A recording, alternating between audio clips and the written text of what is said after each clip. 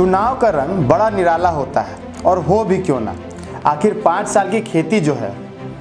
अब आप ही देखिए, जीतन राम मांझी महागठबंधन से दूरी बनाकर एनडीए का दामन थाम लिए। अब कांग्रेस महत्वाकांक्षी दिखने लगी है।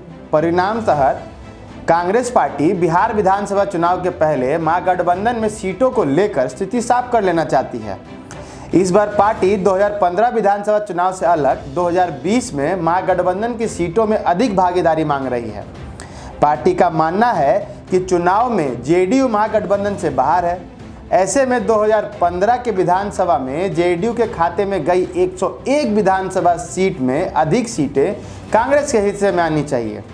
कांग्रेस नेताओं का कहना है कि विधानसभा चुनाव में राजद के हिस्से में पिछले विधानसभा चुनाव में 101 और कांग्रेस के हिस्से में 41 सीटें मिली थी। ऐसे में कांग्रेस 141 सीटों को छोड़कर शेष 102 सीटों के बंटवारे को सम्मानजनक तरीके से पाने की पक्षधर है।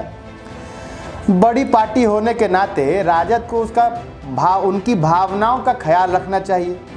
पार्टी नेताओं का मानना है कि सीटों का बंटवारा एक तरफा नहीं होना चाहिए।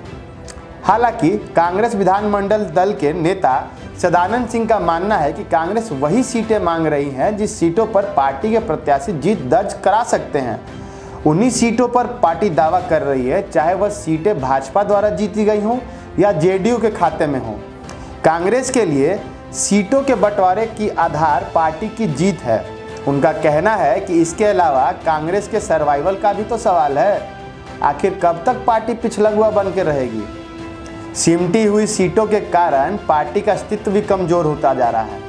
उन्होंने बताया कि कांग्रेस की जीत वाली संभावित सीटों की सूचनाएं उन्होंने आला कमान को भेज दी है। अब इस पर हाई कमान हमेशा की तरह निर्णय लेगा।